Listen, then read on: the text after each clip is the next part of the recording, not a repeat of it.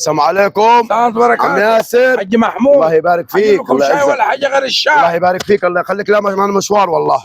والله معنا مشوار. في حاجه معدي كده واخد ولدك معاك ولا ايه؟ والله انا قلت اجيبه لك كده، الفنان برضه زي حالاتك يعني، وبسم الله ما شاء الله يعني. فنان يعني بيجي على التلفزيون.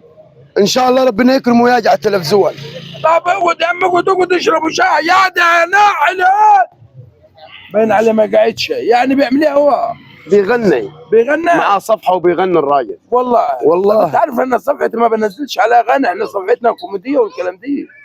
انت شوف صوته، ولو عجبك نزلها، ما عجبكش ما تنزلوش يا حاج ياسر. خلاص سمعني يا ام صوتك. وانا مش قادر اصدق لسه انت سايبني،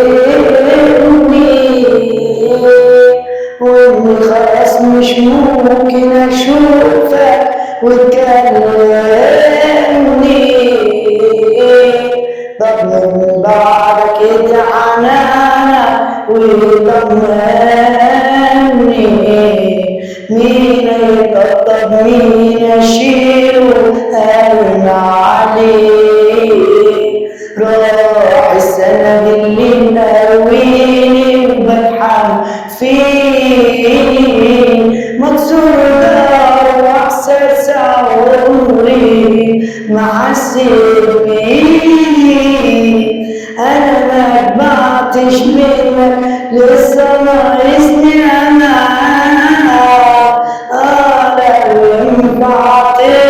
اشوفك حبة كمان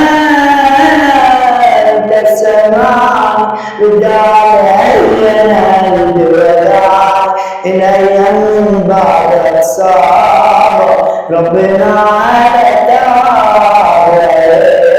تعبني. طب انت جايب له واحد يعني يقلب على المواجع؟ انت عجبتك الاغنيه؟ يعني جايب له واحد يقلب على المواجع، افتكرت المرحوم ابويا نضروه.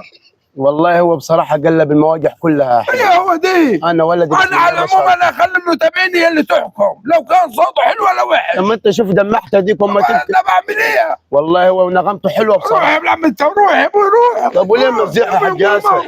عشان قاعدين قدام بابك يعني. يلا بينا.